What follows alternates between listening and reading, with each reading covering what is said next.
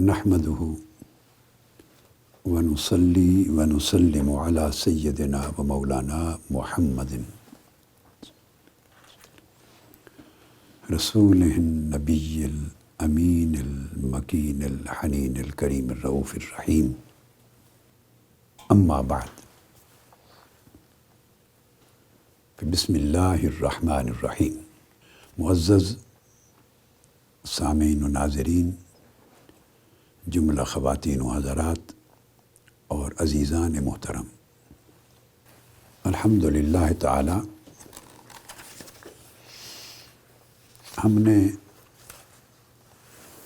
صحیح بخاری کے باب امور الایمان کا آج آغاز کیا ہے، اور اس سے قبل امام بخاری رضی اللہ تعالی عنہ ایک مختصر سا باب قائم کرتے ہیں بنی الاسلام علی خمس کے نام سے. حضرت عبداللہ ابن عمر رضی اللہ تعالیٰ عنہ کی روایت سے ہے یہ حدیث. آپ نے ارشاد فرمایا، بنی الاسلام علی خمس. یہ باب نمبر 2 ہے کتاب الایمان کا، اور اس کا عنوان امام بخاری نے رکھا ہے باب دعاؤکم ایمانکم. یعنی اس کے ذریعے وہ یہ سمجھا رہے ہیں کہ تمہاری عبادت تمہارا ایمان ہے. دعا جمیع عبادات کے معنی میں ہے کہ جتنی عبادات تم اللہ کے لیے بجا لاتے ہو وہ ایمان ہے. اور اس کے لیے حضرت ابن عمر رضی اللہ تعالیٰ عنہ سے مروی یہ حدیث بطور دلیل لائے ہیں کہ حضور علیہ الصلوۃ والسلام نے فرمایا کہ اسلام کی بنیاد 5 قواعد پہ رکھی گئی ہے. انہیں 5 ستون کہہ لیں، 5 ارکان کہہ لیں، 5 اصول کہہ لیں. گویا ان 5 اصولوں پر بنیاد ہے اسلام کی. پھر فرماتے ہیں آقا علیہ الصلوۃ والسلام، شہادت اللہ الہ الا اللہ وان محمدً رسول اللہ. اللہ کی وحدانیت کی گواہی دینا، شہادت دینا، اور حضور نبی اکرم صلی اللہ تعالیٰ علیہ وآلہ وسلم کی نبوت و رسالت کی شہادت دینا. اور شہادت کے باب میں یہ بات پہلے میں عرض کر چکا ہوں، ایمان کا مفہوم سمجھاتے ہوئے کتاب الایمان کے مقدمہ کے تحت، کہ اس میں دل کی تصدیق ہے اور زبان کا اقرار ہے. تو دل کی تصدیق اور زبان کے اقرار سے اللہ کی توحید اور حضور علیہ الصلوۃ والسلام کی نبوت اور رسالت کی گواہی دینا. اور دوسرا اصول فرمایا و اقام الصلاۃ، اور نماز قائم کرنا. شہادت توحید و رسالت کے ذریعے گویا اسلام کی بنیاد عقیدے پر قائم ہو گئی. سب سے پہلا اصول اور سب سے پہلی بنیاد جس پر اسلام قائم ہے، یا اسلام کے وہ بنیادی اور اساسی ارکان اور قواعد، ان میں سے پہلا عقیدہ ہے. اور عقیدہ کی صحت کا مطلب یہ ہے کہ اللہ کی توحید پر اقراراً و تصدیقاً صحیح ایمان ہو اور بندہ اس کی گواہی دے، اور حضور علیہ الصلوۃ والسلام کی نبوت و رسالت پر اقراراً و تصدیقاً اس کا ایمان اور شہادت ہو. تو توحید اور رسالت کے باب میں اس کے عقیدے میں کوئی لچک نہ ہو. یہ قانون ہے، یہ بنیاد ہے، یہ اصول ہے، فاؤنڈیشن ہے پہلی. دوسری چیز فرمایا اقام الصلاۃ، نماز کی اقامت.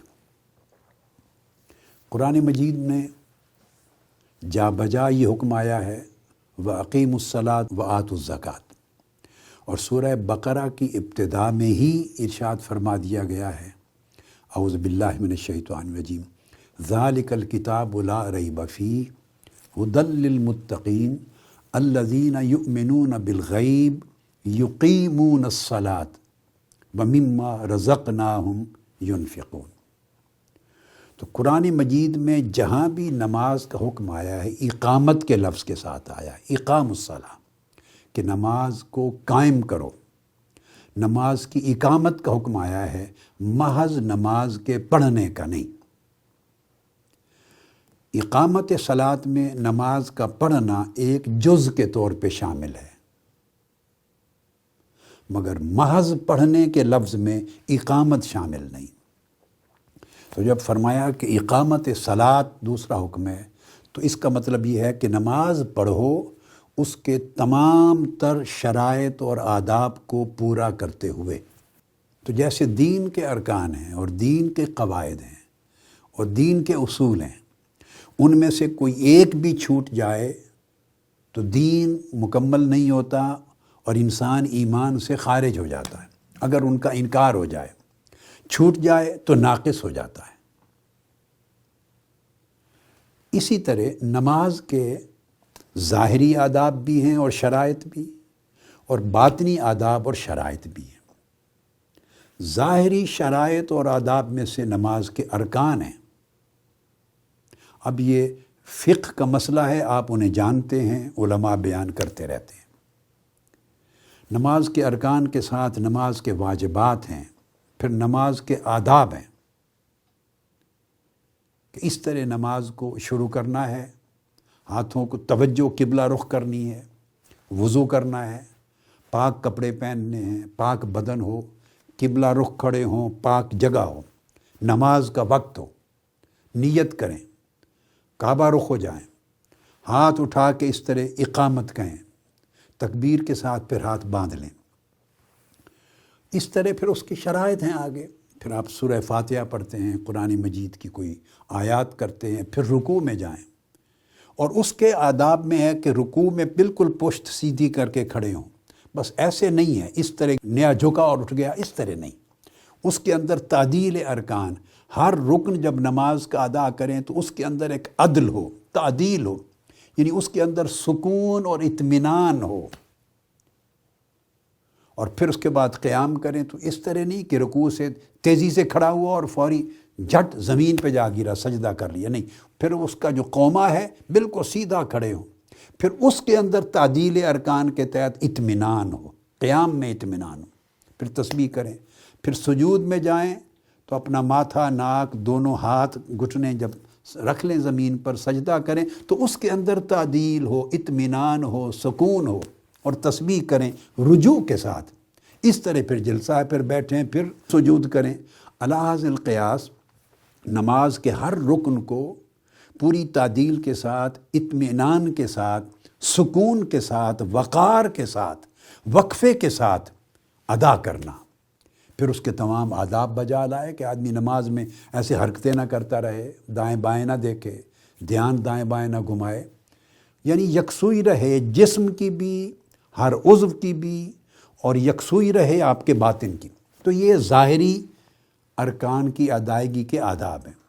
اس طرح باطنی بھی آداب ہیں کہ پھر رجوع رہے اللہ کی طرف، اس میں خشوع اور خضوع رہے، اللہ کی طرف دھیان رہے۔ جیسے آپ کا چہرہ کعبہ کی سمت ہے، ویسے آپ کے دل کا چہرہ رب کعبہ کی سمت ہو۔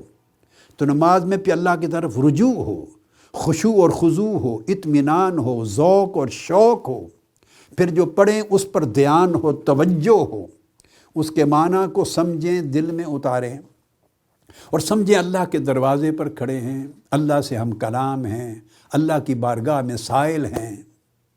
تو یہ ظاہری آداب اور باطنی آداب سارے ملا کے کمال درجے کے ساتھ بتمام و کمال ادا کرنا، اور پھر اوقات کی حفاظت کرنا، پھر اس کی مداومت کرنا، کبھی چھوڑنا نہیں، ترک نہ کرنا، پوری حفاظت کرنا، مداومت کرنا، یہ ساری چیزیں پوری ہوں تو اس کو اقامت صلاۃ کہتے ہیں۔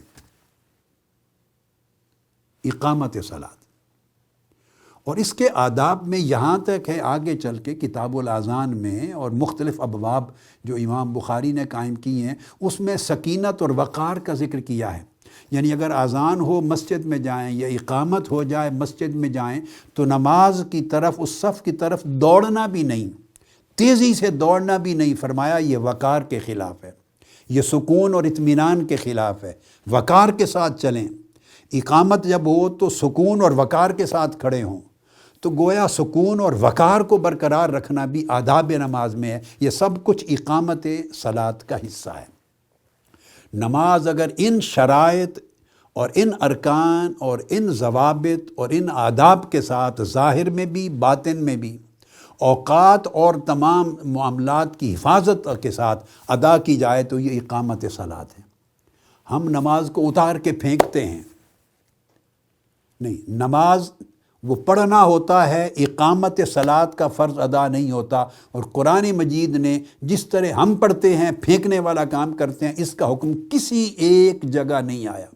بہت سے لوگ تیزی سے سر سجدے میں مارتے ہیں، اور میں خود دیکھتا ہوں، میری سمجھ میں نہیں آتا کہ ایک بار بھی سکون سے تسبیح سبحان ربی الاعلیٰ نہیں پڑھی جاتی کہ وہ سجدے سے سر اٹھا لیتے ہیں، جبکہ کم سے کم آپ نے 3 بار پڑھنی ہے، یا اس سے زائد 5 بار، یا جو بھی۔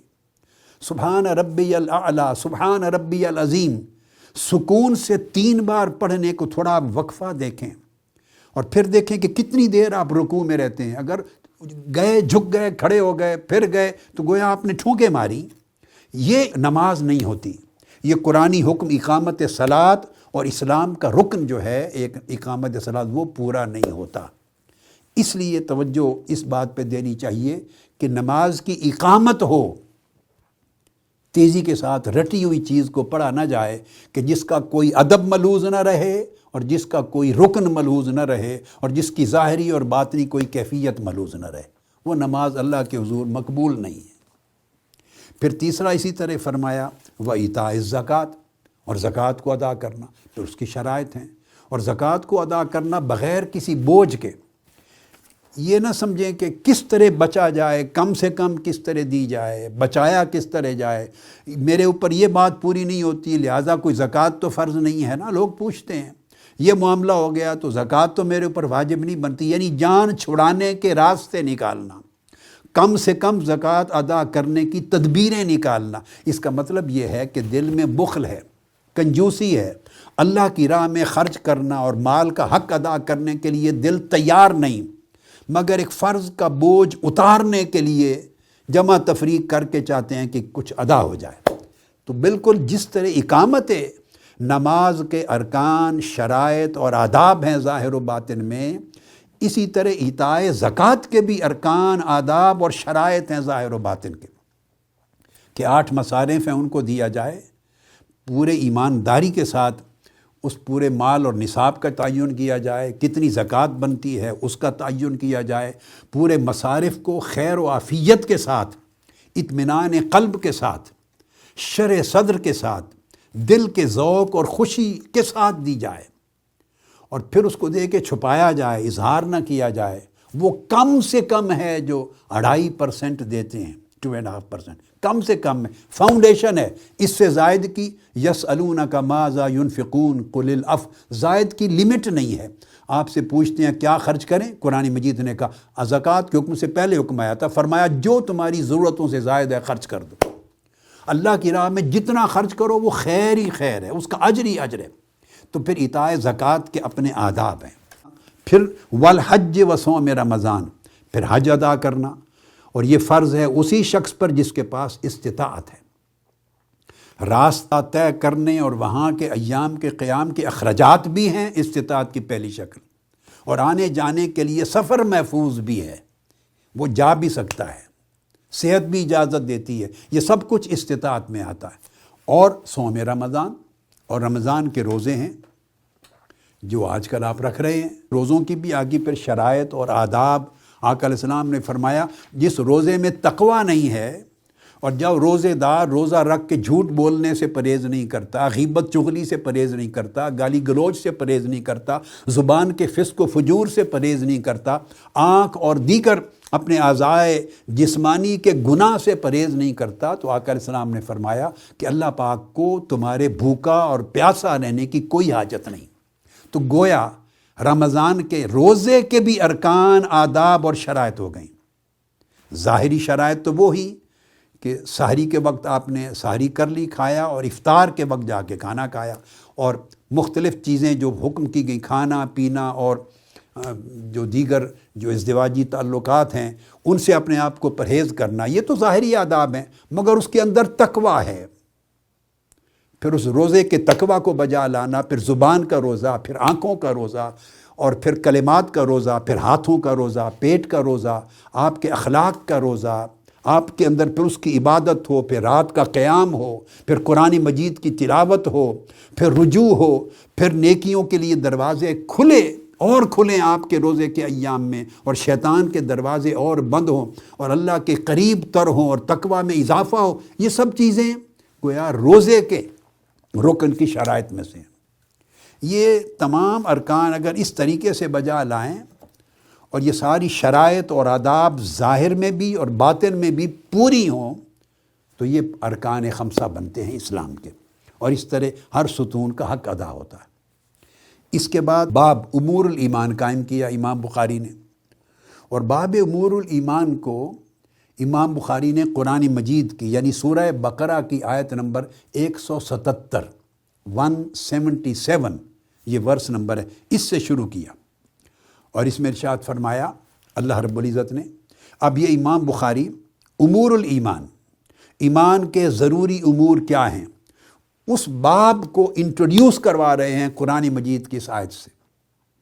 اس کا مطلب ہے وہ جو تصور دے رہے ہیں کہ ایک جز، کوئی ایک قسم کا جز نیکی کا کر لینا، یا عبادت کر لینا، یا عبادت نماز کی ایک رسم ادا کر لینا، یا ایک فریضہ اتار دینا اپنے کندھے سے اس کا بوجھ، محض اس کا نام بر نہیں ہے، اور بر کو وہ ایمان کے تحت لا رہے ہیں کہ بر اگر کامل ہو، اپنے تمام اجزاء کو محیط ہو، تو وہ ایمان ہے۔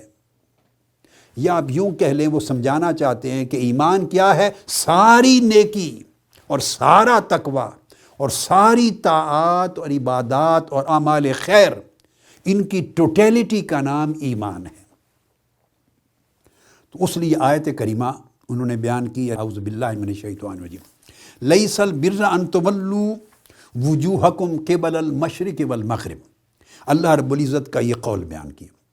اللہ پاک نے فرمایا کہ بر یعنی نیکی، بر جیسے کہ میں نے عرض کیا، تمام طاعت، تمام نیکی، پورا تقویٰ، سارے اعمال خیر، فلاح کے، خیر کے، اللہ کی رضا کے، اس کے حکم کی طاعت کے، جتنے اعمال خیر ہیں اس پر بر کے لفظ کا اطلاق ہوتا ہے۔ اور وہ بر اگر کامل ہو زندگی میں تو سمجھے بندے کا ایمان کامل ہو گیا، اور بر میں جتنا نقص رہ جائے، کمی رہ جائے، کوتاہی رہ جائے، سمجھیں کہ ایمان اس قدر ناقص ہو گیا۔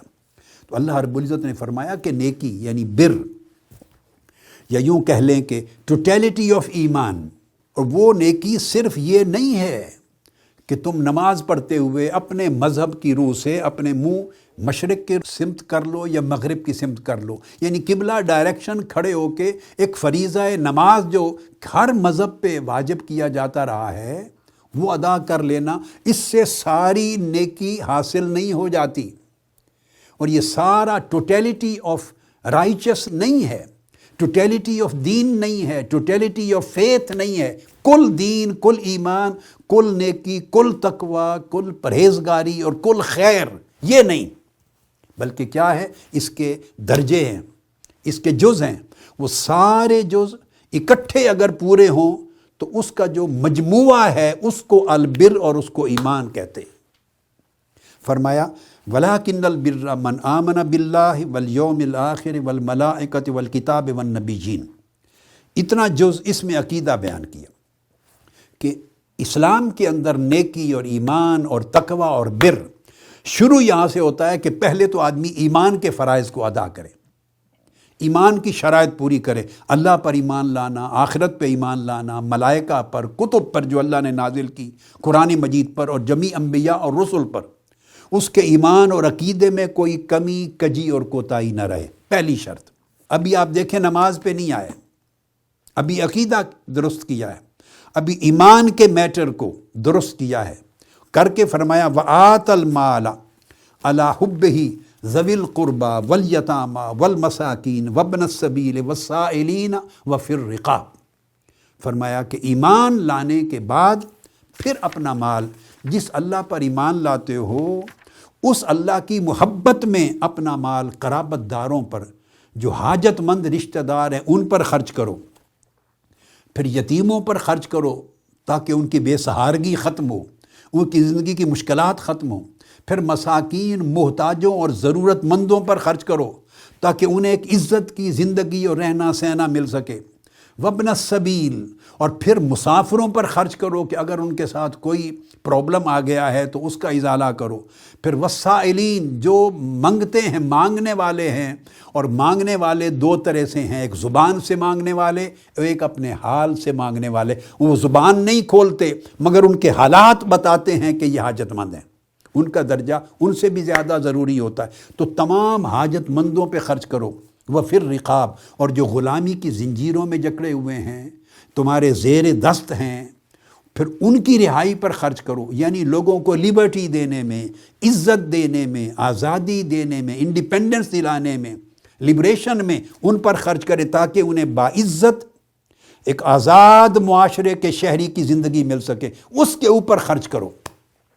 تو دیکھا تمام امور خیر اس میں آ گئے، انڈیویجول امور خیر بھی آ گئے اور اجتماعی امور خیر بھی آ گئے، پوری سوسائٹی کو خیر کی طرف لانا اور انہیں محتاجی کی زندگی سے نکالنا اور ان کے علم سے بہرہ یاب کرنا اور انہیں ایک عزت کے ساتھ بہرہ یاب کرنا، تو ان پر خرچ کرو۔ یہ بر کی اور ایمان کی دوسری شرط ہے۔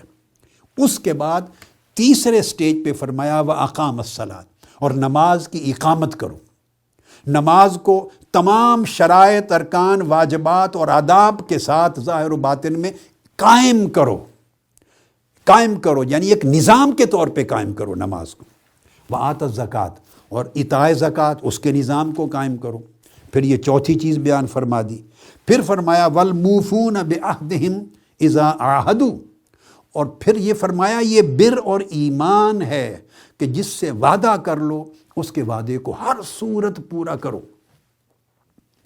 جب وعدہ کر لو، جس سے وعدہ کر لو، مسلمان سے کرو، غیر مسلم سے کرو، کمزور سے کرو، طاقتور سے کرو، قریبی سے کرو، بعیدی سے کرو، دنیاوی امور میں کرو، دینی امور میں کرو، جب وعدہ کرو اس وعدے کو نبھانا، یہ البر ہے۔ اور امام بخاری رحمۃ اللہ تعالی علیہ اس کو ایمان کی تعریف میں لا رہے ہیں، تو وہ ایمان ہے۔ پھر والصابرین فی البأساء والضراء وحین الباس، پھر ہر قسم کے حالات، تنگی کے حالات، تلخی کے حالات، فراخی کے حالات، جنگ کے حالات، مشکلات کے حالات، وہ حالات جو آپ کو بے صبر کرتے ہیں، پریشان کرتے ہیں، ہر قسم کے حالات میں صبر کرو، نہ زبان پہ شکوہ آئے، نہ دل میں تنگی آئے، نہ ناشکری آئے، بلکہ استقامت، صبر اور توکل اور یقین اور شکر کی کیفیت میں زندگی گزارو، اس میں غیرت ہے۔ تو فرمایا یہ بھی بر ہے اور یہ ایمان ہے۔ اس کے بعد فرمایا اولئک الذین صدقوا، جو لوگ ان تمام شرائط کو پورا کرتے ہیں اور بتمام و کمال پورا کرتے ہیں اور چن کے اجزاء نہیں لیتے بلکہ تمام اجزاء کو ملا کے ایک کل بناتے ہیں، ایک ٹوٹیلٹی بناتے ہیں، فرمایا وہ سچے ہیں اپنے ایمان میں اور اپنے بر میں، وہ ایمان اور نیکی میں سچے ہیں۔ وَأُولَٰئِكَ هُمُ الْمُتَّقُونَ، اور انہی لوگوں پر تقویٰ کا ٹائٹل آتا ہے، یہی متقی ہیں، یہی متقی ہیں جو ان تمام شرائط کو پورا کرتے ہیں۔ تو پھر ایک یہ آیت لائے، پھر امام بخاری اس کے بعد قرآن مجید کی ایک اور آیت کریمہ ہے، سورہ المومنون کی پہلی آیت، قد افلح المؤمنون، یہ پہلی آیت، پھر اس کو بیان کر دیتے ہیں۔ قد افلح المؤمنون قرآن مجید کی اس آیت کریمہ میں پھر اس طرح کوئی 6-7 جز بیان کیے ہیں۔ تو ایک البر کے عنوان سے لائے ہیں ایمان کی تعریف میں، اور ایک المؤمنون کے نام سے لائے ہیں آیت، کہ فلاح پا گئے مومن۔ پھر قرآن مجید خود ڈیفائن کرتا ہے مومن کون ہے، الذین ہم فی صلاتہم خاشعون، جیسا کہ میں نے اقامت صلاۃ کے تحت کہا، مومن وہ لوگ ہیں جو اپنی نماز میں خشوع قائم کرتے ہیں۔ اب آپ نے دیکھا ادھر لفظ تھا اقام الصلاۃ ویقیمون الصلاۃ، اور ادھر مومن ہونے کے لیے پہلی شرط بیان کی وہ جو اپنی نماز میں خشوع اور خضوع قائم رکھتے ہیں، یعنی نماز کے باطنی اور روحانی آداب کو پوری محافظت کے ساتھ لے کے چلتے، تو ان کا دل، ان کی روح، ان کا دھیان، ان کا ذوق، ان کا شوق، ان کی محبت، ان کی رغبت کامل اللہ کی طرف محبت کے ساتھ قائم ہوتی ہے، اور جھکے ہوئے ہوتے ہیں اللہ کے حضور۔ ان کا ذہن بھی جھکا ہوتا ہے، ان کے الفاظ اور زبان، آنکھیں بھی جھکی ہوتی ہیں، ان کا دل بھی، ان کی روح بھی سراپا نیاز بن کے اللہ کی نماز ادا کرتے ہیں۔ والذین هم عن اللغو معرضون، اور دوسری شرط، مومن وہ ہیں جو لغویات سے اعراض کرتے ہیں، وہ لغویات جو انہیں تقوی سے دور اور گناہ کے قریب لے جاتی ہیں۔ اور پھر اس کے بعد آگے ایک اور شرط بیان کی، والذین هم للزکاۃ فاعلون، اور وہ لوگ جو اپنی زکوٰۃ کی ادائیگی میں ہمیشہ قائم اور دائم رہتے ہیں، کبھی کمی کوتاہی نہیں کرتے۔ ہم للزکاۃ فاعلون، یعنی ان آیات کریمہ میں جو اسلوب رکھا ہے قرآن مجید نے، اس اسلوب میں اہمیت ہے، ایمفسس ہے، زور ہے، دوام ہے، محافظت ہے، قوت ہے، اور اس میں کوئی لچک نہیں رکھی، یعنی اس طریقے سے یہ جو اسلوب ہے، اس اسلوب میں یہ خوبیاں ہیں۔ وہ عن اللغو معرضون، للزکاۃ فاعلون، وہم لفروجہم حافظون، یعنی جو خوبیاں بیان کی ہیں، اپنے تقوی، پرہیزگاری، عصمت اور طہارت کی حفاظت کرتے ہیں، تو اس آخری خوبی کو ایمفسائز کیا ہے، اس پر زور دینے کے لیے، اس میں تاکید پیدا کرنے کے لیے، اس کو عظیم عمل اور فعل بنانے کے لیے، اور کبھی اس میں کوتاہی کی گنجائش کو ختم کرنے کے لیے، اور نہایت توجہ بندے کی دلانے کے لیے یہ اسلوب اپنایا جاتا ہے کہ جو فاعل ہے اس کو بالکل اینڈ پر لے آئے۔ اور پھر فرمایا والذین هم لاماناتہم وعہدہم راعون، اور وہ لوگ جو اپنی امانتوں اور اپنے عہد کی ہمیشہ پاسداری کرنے والے ہیں۔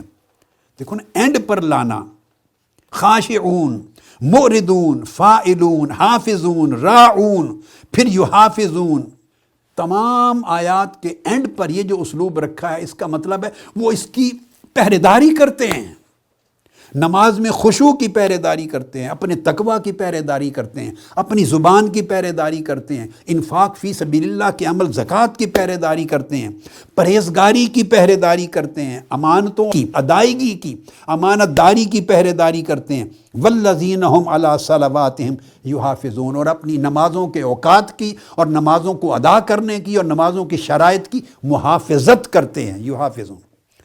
تو یہاں ہر نیک عمل پر پہرے دار بنایا ہے۔ اے بندے، جب تک تو اپنی عبادات پر، اپنے معاملات پر، اپنے احوال پر، قلبی اور باطنی احوال پر، لسانی اور جسمانی احوال پر، ادائیگی یا فرائض کے باطنی شرائط پر، اور اپنے تمام معاملات کے اندر حسن معاملہ پر جب تک پہرے دار نہ رہے، اور پہرے دار وہ ہوتا ہے جو کسی چور کو گھسنے نہیں دیتا، چھپ کے رات کے اندھیرے میں کسی ڈاکو چور کو نہیں آنے دیتا، یہ پہرے داری ہے۔ فرمایا شیطان چور ہے، وہ تمہارے اعمال کے اندر داخل ہوگا، تمہاری نیتوں میں داخل ہوگا، تمہارے افعال کو بگاڑے گا، تمہارے اندر کے حال کو بگاڑے گا، تمہاری انٹینشنز کو، آبجیکٹیوز کو بگاڑے گا، تمہارے فعل کی ادائیگی کے طور طریقے کو بگاڑے گا۔ تو کسی کو مت داخل ہونے دو، پہرے دار بنو، نہ صرف یہ کہ نیک عمل کرو، بلکہ اس نیک عمل کی تمام شرائط کو پورا کرو، اور ان کو پورا کرنے کے ساتھ پہرے دار بن کے کھڑا رہو، پہرے دار بنو۔ فرمایا جو لوگ اس طرح پہرے داری کرتے ہیں وہ مومن ہیں، وہی جنتوں کے وارث ہوں گے جو اللہ رب العزت نے ان کے لیے مقرر کی ہیں۔ یہ دو آیات کریمہ کے ذریعے امام بخاری نے گویا مضمون مکمل کیا کہ ایمان کے انٹروڈکشن کا۔ اس کے بعد پھر اگلی حدیث جو امام بخاری لاتے ہیں، حدیث نمبر 9، جب احادیث نبوی میں داخل ہوتے ہیں تو اب آپ ذرا سوچئے، پہلی حدیث یہ انٹروڈیوس کروانے کے بعد پہلی حدیث جو امام بخاری نے تخریج کی ہے ابو ہریرہ رضی اللہ تعالی عنہ سے، عن النبی صلی اللہ علیہ وآلہ وسلم قال الایمان بدع وستون شعبہ والحیاء شعبۃ من الایمان۔ یہ حدیث نمبر 9 ہے۔ امام بخاری روایت کرتے ہیں کہ آقا علیہ السلام نے فرمایا حضرت ابو ہریرہ رضی اللہ تعالیٰ عنہ سے مروی ہے، فرمایا آقا علیہ الصلوۃ والسلام نے کہ ایمان کے 60 سے زائد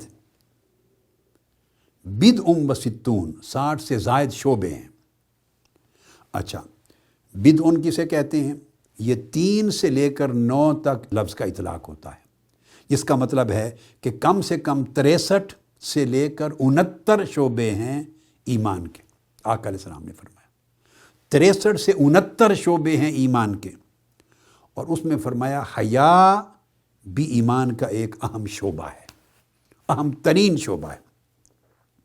اب یہی حدیث جو امام مسلم لائے ہیں، امام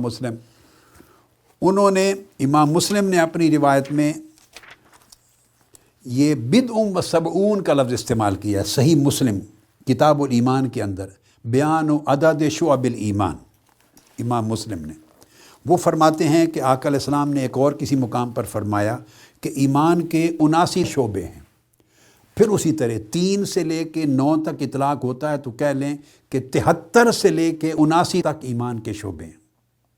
اور بعض محدثین نے اور اہل لغت نے بدع کے لفظ یا اس کو 2 سے 10 تک بھی اطلاق کیا ہے۔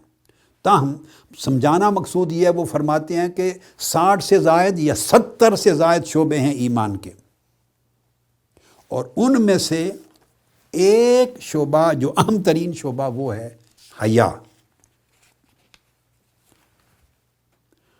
اب یہ جو امام بخاری آیت کریمہ شروع کی ہے نا، لیس البر ان تولوا وجوہکم، ایمان کی تعریف میں بر کو بیان کر دیا، ایمان کی تعریف میں ایک ٹوٹل نیکی کو، کمپلیٹ رائچسنس کو بیان کر دیا ہے۔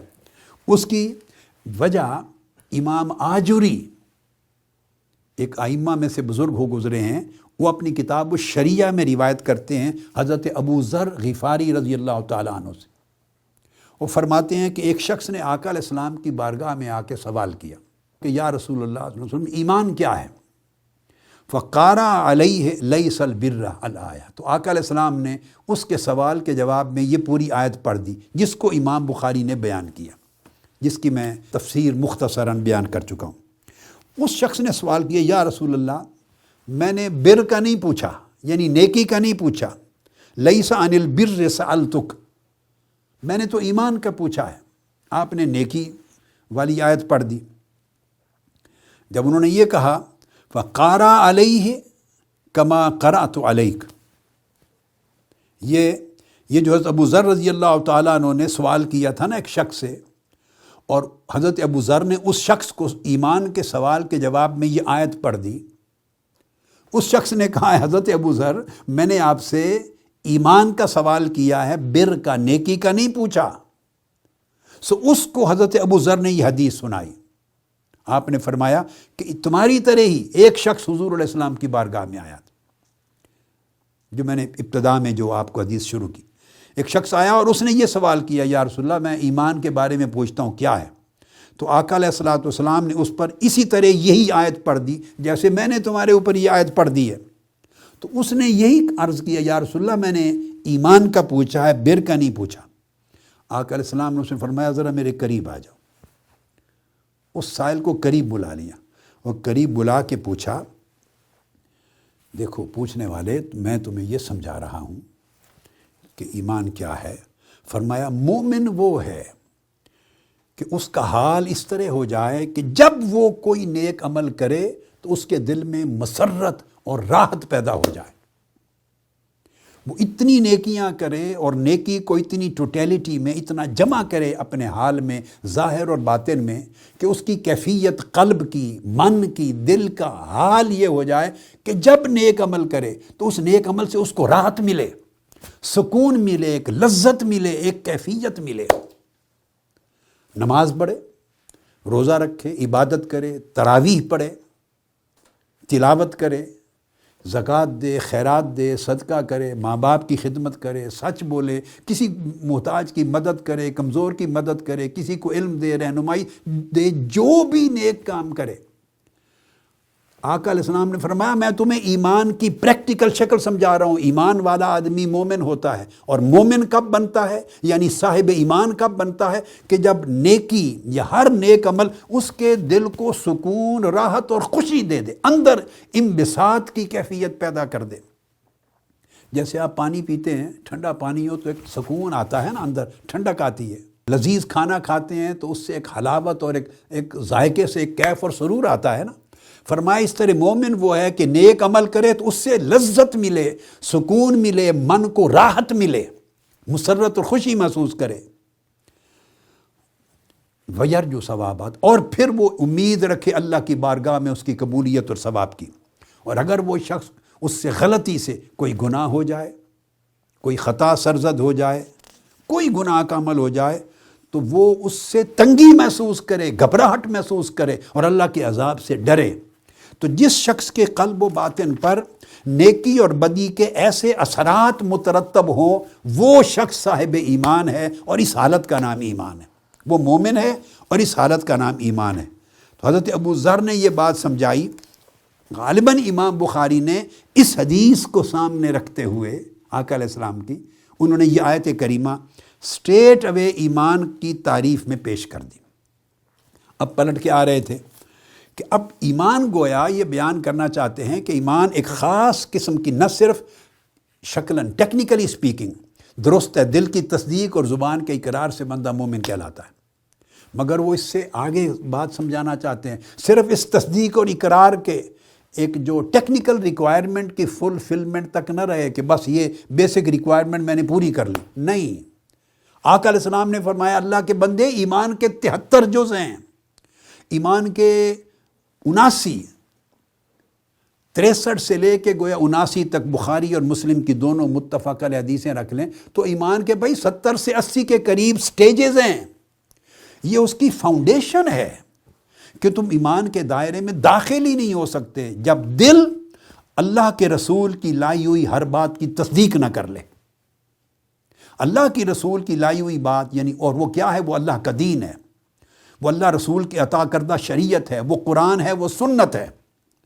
جو دین حضور علیہ السلام لائے ہیں، جب دل اس کے سچے ہونے کا اور قبول کرنے کی تصدیق کرے اور اس تصدیق کا آپ کی زبان اظہار کرے، اقرار کرے، تو یہ تو بگننگ ہے. مومن کا ٹائٹل لگ گیا، آپ داخل ہو گئے. مگر یہ کل ایمان حاصل نہیں ہو گیا. یہاں یہ حدیث ریلیونٹ ہوتی ہے. آقا علیہ السلام فرما رہے ہیں کہ یہ تو تمہاری بگننگ ہو گئی، مگر ایمان کے 63 سے لے کر 79 تک 70 کے قریب اور سٹیجز ہیں، سیڑھیاں ہیں. دیکھنا یہ ہے اللہ کے بندے کہ تو پہلی سیڑھی پہ ہی کھڑا رہے گا یا چھت تک بھی جانا ہے، اوپر کمال بھی حاصل کرنا ہے، سٹیپ بائی سٹیپ آگے بھی بڑھنا ہے ایمان میں، یا وہیں اس دروازے میں داخل ہو کے کہیں جی میں گھر میں آ گیا. تو گھر میں آ گیا تو یہ تو دروازے میں انٹرنس پوائنٹ ہے، یعنی آپ کفر سے نکل آئے. اب آپ نان مسلم نہیں ہیں، ڈس بلیور نہیں ہیں، کافر نہیں ہیں، آپ اس حد سے، اس گلی سے نکل آئے اور سٹیپ ان کر کے گھر کے اندر دروازے میں قدم رکھ لیا تو ساری زندگی ڈیوڑی میں کھڑے رہیں گے. ہم اس حال میں ہیں، ہم وہیں ڈیوڑی میں کھڑے ہیں، سین میں بھی داخل نہیں ہونا چاہتے. آقا علیہ السلام یہ بات سمجھا رہے ہیں بھائی جب تم داخل ہو گئے. اور پھر وہ حدیث میں اس کے بعد آگے ایک اور حدیث ہے جس میں حضور علیہ السلام نے فرمایا، اور اس حدیث کو ائمہ نے بیان کیا ہے، اور وہ حدیث یہ ہے جسے امام مسلم نے کتاب الایمان میں بیان کیا. اس کی ڈیٹیل دی ہے امام مسلم نے کتاب الایمان کے اندر، حدیث نمبر 35 ہے. اس کی شرح ہے سمجھیں، جس میں آقا علیہ السلام نے فرمایا کہ ایمان کے بے شمار درجے اور شعبے ہیں. فرمایا اعلیٰ لا الہ الا اللہ، اور مختلف ائمہ نے چونکہ روایت کی، کسی جگہ فرمایا افضلھا، ایک اور روایت میں فرمایا ارفعھا، ایک روایت میں آیا اقصاھا، ایک میں آیا اعظمھا. یعنی اس کو امام مسلم نے روایت کیا، امام ترمذی نے، امام طبرانی نے، ابن حبان نے، ابن ابی شیبہ نے اور ابن ماجہ نے. یہ سارے الفاظ میں نے ان کے الگ الگ روایتوں کے جمع کر دیے. اور پھر فرمایا وادناھا اماطۃ الاذی عن الطریق، یعنی جو سٹارٹنگ پوائنٹ ہے اور رتبے میں سب سے اونچا ہے وہ کلمہ توحید، شہادت توحید، جس کے ذریعے آپ کفر سے نکل کے اسلام اور ایمان میں داخل ہو جاتے ہیں.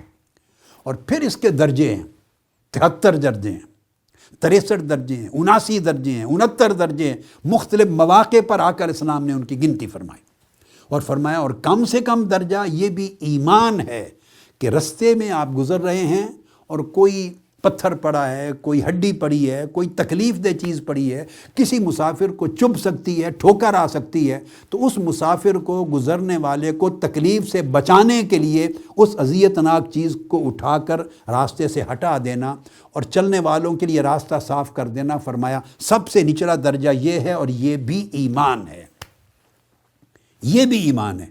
اس کو مطلب یہ سمجھانے کا آقا علیہ السلام کا یہ تھا کہ یہ نہ سمجھنا کہ یہ ایک عام روٹین کا عمل ہے، ایک سوشل ایک فعل ہے، ایک سیکولر نیچر کا ایک عمل ہے، ہیومینیٹیرین نوعیت کا ایک عمل ہے، ایک انسانی بھلائی کا عمل ہے. یہ کہہ کہ بس اس کو کسی اور کھاتے میں نہ ڈال دینا. فرمایا نہیں، یہ بھی ایمان ہے. رستے سے ہڈی اٹھا دینا بھی ایمان ہے، پتھر ہٹا دینا ایمان ہے، کسی شخص کو اذیت سے بچانا ایمان ہے، گزرنے والے مسافروں کی سہولت کا خیال رکھنا ایمان ہے. تو فرمایا ایمان کا سب سے اونچا درجہ وہ عرش پر جڑا ہوا ہے اللہ کی توحید کے ساتھ، اس کا تعلق عقیدے کے باب سے ہے. اور سب سے نچلا درجہ ایسا عمل ہے حقوق العباد میں سے، معاملات میں سے، انسان کی بھلائی کے اعمال میں سے، ایک ایسا عمل ہے کہ وہ تکلیف کسی کو بھی پہنچی بھی نہیں.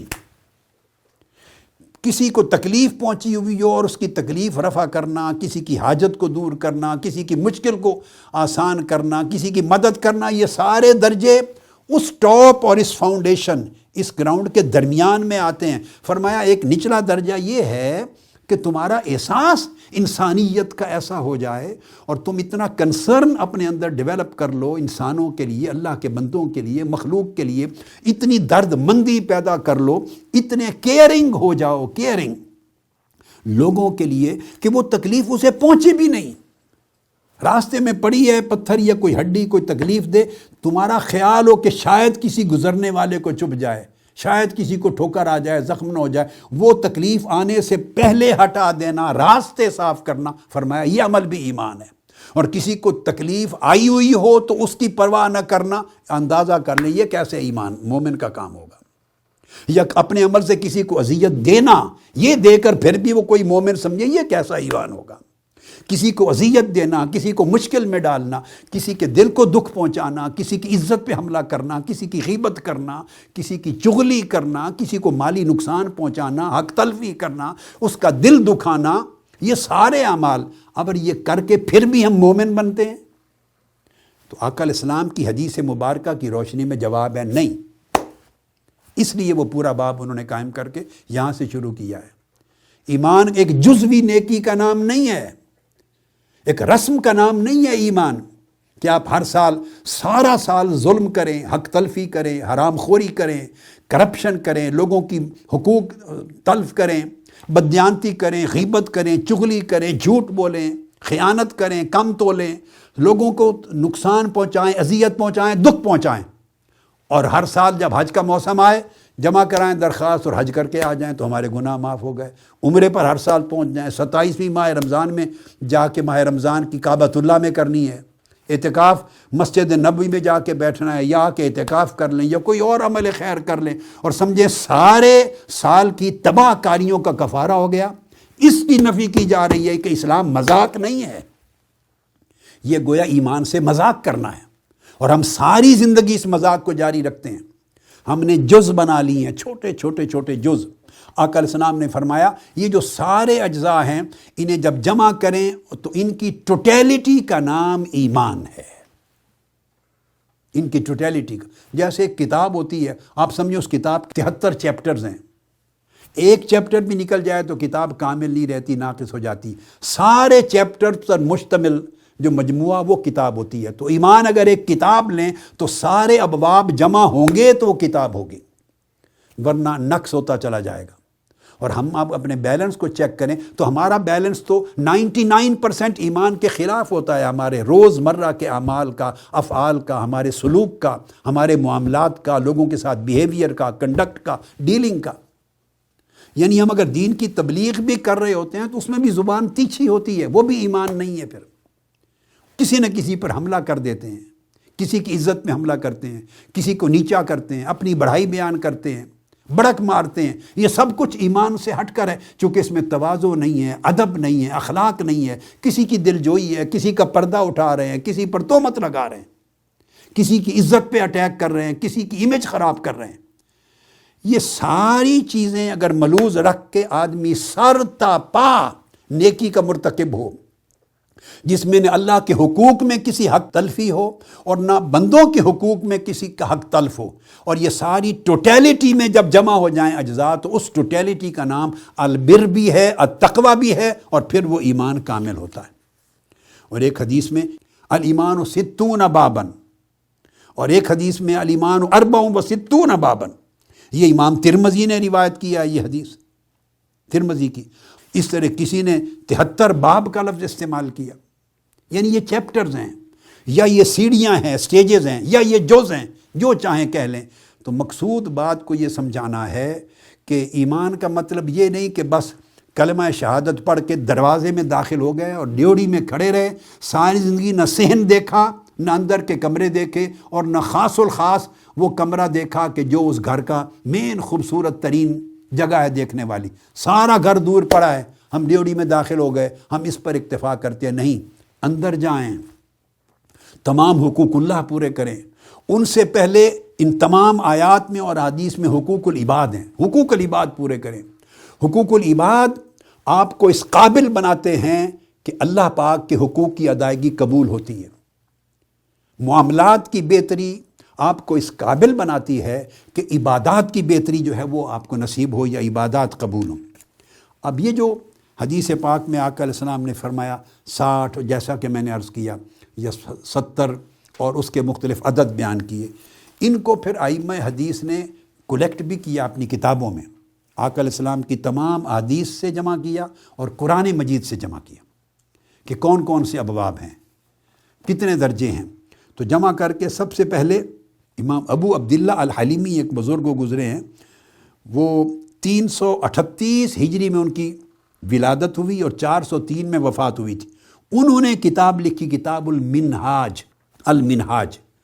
اس میں انہوں نے یہ سارے شعب، یہ سارے درجے، یعنی آپ اس کو مختلف ٹائٹل دے، اگر ایمان ایک درخت ہے تو ہر شعبہ اس کی ایک برانچ ہے، ساری برانچز، اور ذہن میں رکھ لیں یہ برانچ ہے نماز کا، یہ روزے کا، یہ حج کا، یہ زکوٰۃ کا، یہ عبادات کا، یہ تواضع کا، انکساری کا، یہ یقین کا، یہ توکل کا، یہ بھروسے کا، یہ لوگوں کے ساتھ بھلائی کا، یہ سخاوت کا، یہ سچائی کا، یہ خیر کا، یہ لوگوں کی مدد کرنے کا، محتاجوں کو کسی کی عزت کرنے کا، دل نہ دکھانے کا، یہ ساری برانچز ہیں، ساری برانچز ہیں۔ اور یاد رکھنے پھل کبھی درخت کے تنے پہ نہیں لگتے، پھل ہمیشہ شاخوں پر لگتے ہیں۔ اگر آپ درختوں کی شاخیں، جس درخت کی شاخیں نہیں ہیں، تنا ہی تنا ہے خالی، تو اس پہ پھل نہیں لگ سکتا۔ پتے بھی کبھی درخت کے تنے پہ نہیں لگتے، وہ بھی شاخوں پر لگتے ہیں۔ درخت سایہ دار بھی بنتا ہے، لوگ اس کے سائے کے نیچے بیٹھتے ہیں، تو سایہ دار بھی بنتا ہے شاخوں پر لگے ہوئے پتوں کے باعث۔ پھل دار بھی بنتا ہے، لوگ پھل توڑ کے کھاتے ہیں تو شاخوں پر لگے ہوئے پھل کے باعث۔ یہ جو 73 اور 63 سے 73 شاخیں ہیں، ان پر پھل لگتے ہیں۔ کوئی زہد پر پھل لگے گا، کوئی توکل پہ لگے گا، کوئی اللہ کی رضا کی شاخ پر پھل لگے گا، کوئی لوگوں کے ساتھ حسن اخلاق کی شاخ پر پھل لگے گا، تواضع انکساری کی شاخ پہ کوئی پھل لگا ہوا ہے، کوئی عبادت گزاری کی شاخ پہ پھل لگا ہوا ہے، کوئی محتاج کی مدد کرنے کی شاخ پہ پھل لگا ہے، کوئی سچ بولنے کی شاخ پہ پھل لگا ہوا ہے، کوئی پھل سخاوت کی شاخ پر ہے، کوئی پھل لوگوں کی غیبت نہ کرنے کی شاخ پر ہے، کوئی دوسرے کے ساتھ دل کھلا رکھنے کی، کوئی دوسرے کو عزت دینے کی۔ یہ ساری شاخیں ہیں اور یہ سب ایمان ہیں۔ پورا درخت تنا اور شاخیں سمیت، اس کا نام ایمان ہے، یہ ایمان کا درخت ہے۔ اور درخت میں شاخیں شامل ہوتی ہیں، پھل ہوگا، پتے ہوں گے، شاخیں سلامت ہوں گی تو لوگ پھل بھی کھائیں گے، نفع بھی اٹھائیں گے، نیچے سائے میں بھی بیٹھیں گے۔ اگر سارا کچھ ٹنڈ کر دیں، خالی کر دیں اور تنا کھڑا رہے، توحید و رسالت کے اقرار اور شہادت کا تنا کھڑا رہے، تو اس سے فیض کسی کو نہیں ملتا، اس کا پھل کسی کو نہیں ملتا۔ آقا علیہ السلام نے اس حدیث کے ذریعے یہ بات سمجھائی کہ ساری شاخیں سلامت رکھیں، سارے ابواب سلامت رکھیں، تاکہ سب پہ پھل لگا ہو، سب پہ پتے لگے ہوں، تو تب جا کے ایمان کا درخت ہرا بھرا ہے۔ فرمایا ایمان وہ ہے جس کے درخت ایمان کا شجر ایمان ہرا بھرا ہو، ورنہ اجڑا ہوا ہوتا ہے۔ اور اس میں فرمایا آقا علیہ السلام نے مثال دیتے ہوئے کہ آپ کو سمجھنا ہو کہ وہ شاخیں کیا کیا ہیں، فرمایا الحیاء شعبۃ من الایمان، اس کے اندر امام بخاری نے کہا، یہ ایک تمثیل دی کہ سمجھنا چاہیں کہ وہ 73 شاخیں یا 63 شاخیں کیا ہوں گی، وہ شعبے۔ فرمایا سمجھ لو کہ حیا بھی ان شاخوں میں سے ایک شاخ ہے۔ اور حیا کیا ہے؟ بڑے کا حیا کرنا، اس کی بڑائی کا۔ والدین ہیں، وہ اچھے ہیں اعمال میں یا کمزور ہیں، یہ ان کا عمل ہے۔ وہ زیادہ پڑھے ہوئے ہیں، یہ پڑھے ہوئے نہیں ہیں، یہ ان کا اپنا معاملہ ہے۔ اولاد اس امر کا حیا کرے کہ والدین ہیں۔ چھوٹے بھائی بہن اس امر کا حیا کریں کہ میرا بڑا بھائی بڑی بہن ہے۔ اولاد اس امر کا حیا کرے میرا والد ہے، میرا دادا ہے۔ بیٹی اس امر کا حیا کرے میری ماں ہے، میری دادی، میری نانی ہے۔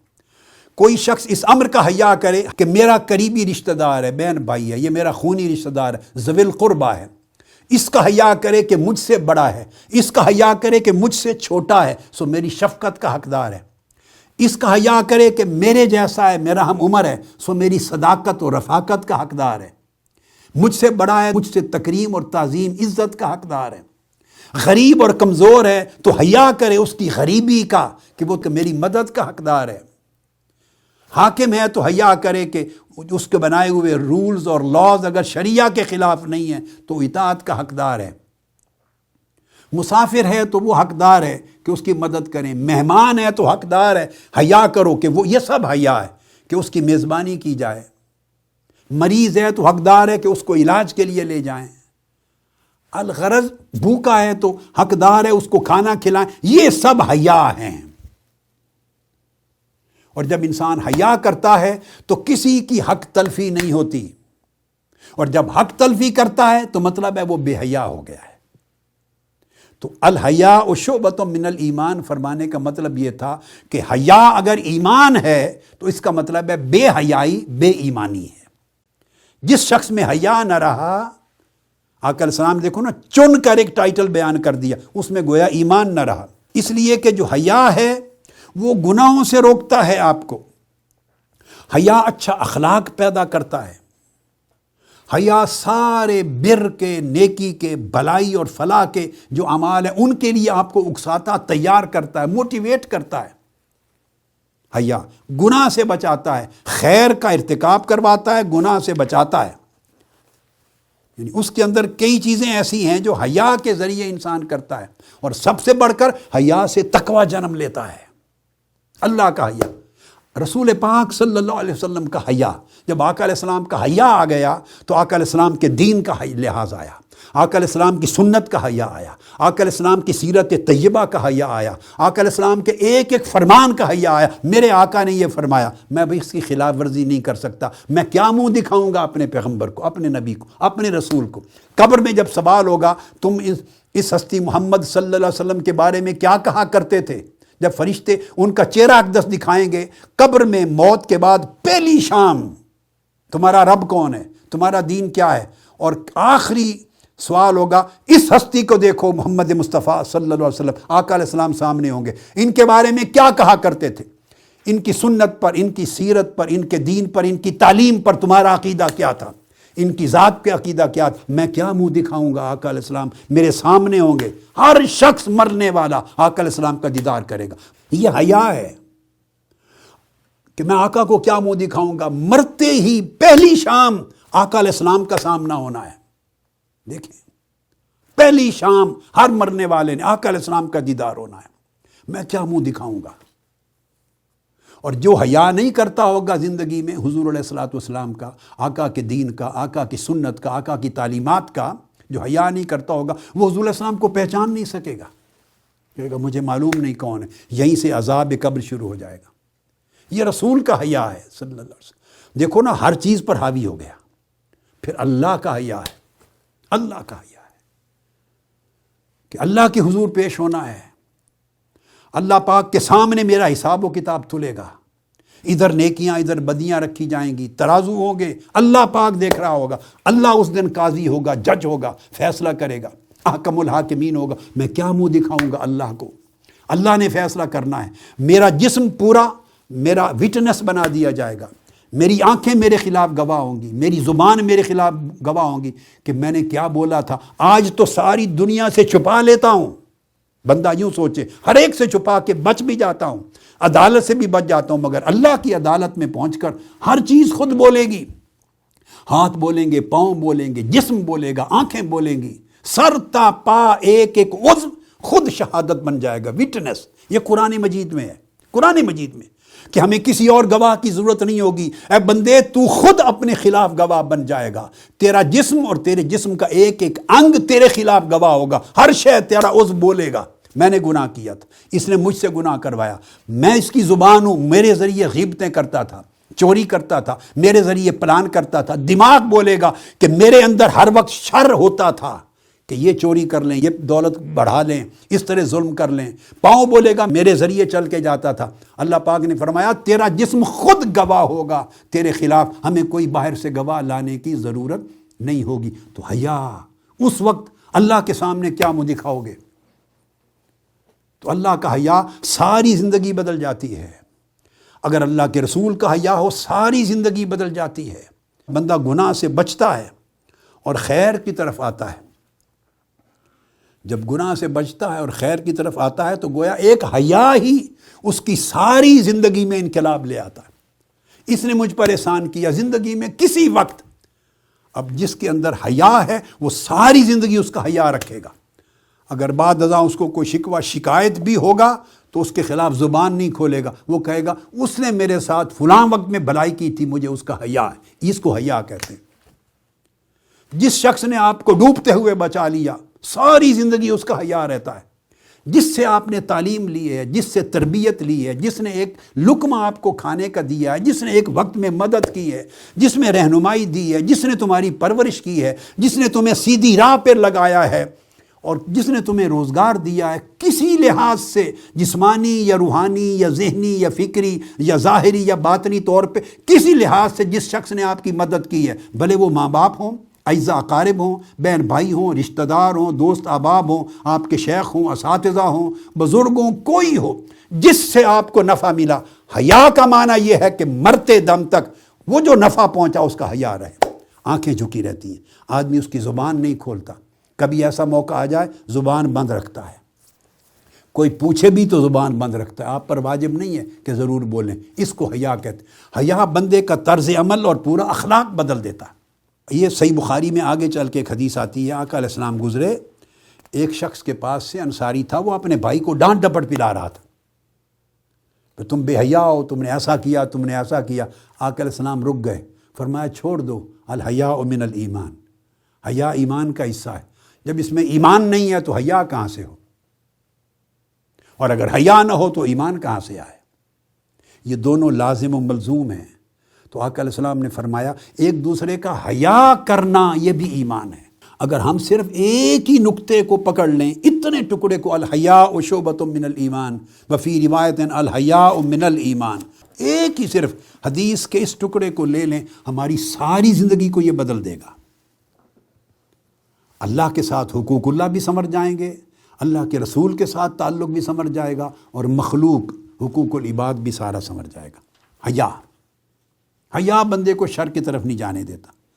اس کا اگلا باب نمبر 4 ہے، امام بخاری نے قائم کیا، المسلم من سلم المسلمون من لسانہ و یدہ۔ عبداللہ ابن عمرو رضی اللہ تعالیٰ عنہ راوی ہیں، عن النبی صلی اللہ علیہ وسلم قال المسلم من سلم المسلمون من لسانہ و یدہ والمہاجر من ہاجر ما نہی اللہ عنہ۔ چونکہ اسی مضمون کے تسلسل میں تھا تو میں نے یہ حدیثیں دو پڑھ دی۔ آقا علیہ السلام نے فرمایا مسلمان وہ ہے جس کی زبان سے ہر ایک کو سلامتی ملے، سارے مسلمان محفوظ رہیں، اس کی زبان سے بھی اور اس کے ہاتھ سے بھی۔ اب یہ جو ہر شخص آپ سے سلامت رہے، یہ عمل حیا ہے۔ کسی شے کا تو حیا ہے نا، خواہ اسے مسلمان سمجھ کے مسلمان بھائی ہے اس کا حیا کر لو، خواہ انسان ہے انسانیت کا حیا کر لو، خواہ چھوٹے بڑے کا حیا کر لو، خواہ کمزور طاقتور کا حیا کر لو، خواہ قریبی رشتہ دار کا حیا کر لو، خواہ کسی کلاس فیلو کا حیا کر لو، کسی کلیگ کا حیا کر لو، ایک زمانہ اکٹھا گزارا تھا اس وقت کا حیا ہر جگہ اپلائی ہوتا ہے۔ فرمایا وہ مسلمان ہے جس کی زبان اور ہاتھ سے چھپے بھی ظاہر بھی ہر وقت ہر کوئی محفوظ رہے۔ اور فرمایا مہاجر کون ہے؟ فرمایا مہاجر وہ ہے کہ جو گناہوں سے اپنے آپ کو ہجرت کر لے، جن چیزوں سے اللہ نے منع کیا ان سے ہٹ جائے۔ ہجرت کہتے ہیں وطن چھوڑ دینا، ترک کر دینا، یعنی گناہوں کو ترک کر دے، منہیات کو ترک کر دے، اللہ کی نافرمانیوں کو جو ترک کر دے، یعنی گناہوں کے وطن کو چھوڑ آئے، گناہوں کے وطن سے نکل جائے، وہ مہاجر ہے۔ پہلے مومن، پھر مسلم، پھر مہاجر، تینوں کی تعریف دیکھ لیں حدیث پاک میں۔ مومن وہ جو حیا کرے، مسلم وہ جو ہر ایک اس کے ہاتھ اور منہ سے سلامت رہے، کسی پر کیچڑ نہ اچھالے اور کسی پر دست درازی نہ کرے، اور مہاجر وہ کہ اس سے کوئی گناہ صادر نہ ہو، گناہ کی سرزمین سے ہجرت کر جائے۔ اور پانچواں باب ای الاسلام افضل، فرمایا اسلام کا کون سا پہلو افضل ہے، سب سے بہتر ہے۔ پہلے ایمان کی بات تھی، اب اسلام کا۔ یہ حضرت ابو موسیٰ اشعری رضی اللہ تعالیٰ عنہ راوی ہیں۔ اب پوچھا قالوا یا رسول اللہ صلی اللہ علیہ وسلم ای الاسلام افضل، صحابہ کرام نے پوچھا یا رسول اللہ اسلام کا کون سا پہلو افضل ہے، سب سے اعلیٰ ہے؟ قال من سلم المسلمون من لسانہ و یدہ، آقا علیہ السلام نے فرمایا، یہ حدیث نمبر 11 ہے، پچھلی حدیث نمبر 10 تھی صحیح بخاری کی۔ فرمایا اسلام اس شخص کا سب سے افضل اور اعلیٰ ہے جس کے ہاتھوں سے اور جس کی زبان سے ہر مسلمان محفوظ رہے، یعنی جسے ہر ایک کا حیا ہو اور ہر ایک کی سلامتی کا خیال کرے، ہر ایک کی سلامتی کا خیال کرے۔ پھر باب نمبر 6 میں اگلی حدیث لائے، اطعام الطعام من الاسلام، یہ بھی عبداللہ بن عمر سے کہتے ان رجلا سأل النبی صلی اللہ علیہ وسلم ای الاسلام خیر، پہلی حدیث میں پوچھا ای الاسلام افضل، سب سے اعلیٰ اسلام کون سا ہے؟ اس حدیث میں پوچھا اسلام کا کون سا پہلو سب سے عمدہ اور اعلیٰ ہے؟ آقا علیہ السلام نے فرمایا تطعم الطعام وتقرأ السلام علی من عرفت ومن لم تعرف، فرمایا سب سے اعلیٰ اسلام اور عمدہ عمل اسلام کا یہ ہے کہ تو ہر ضرورت مند کو، بھوکے کو کھانا کھلائے اور ہر شخص کو سلام کہے، یعنی اس کی سلامتی چاہے یا اس پر سلامتی کی دعا کرے، خواہ تو اسے جانتا ہے خواہ نہیں جانتا، یا خواہ وہ تیرے قریب ہے یا دور ہے۔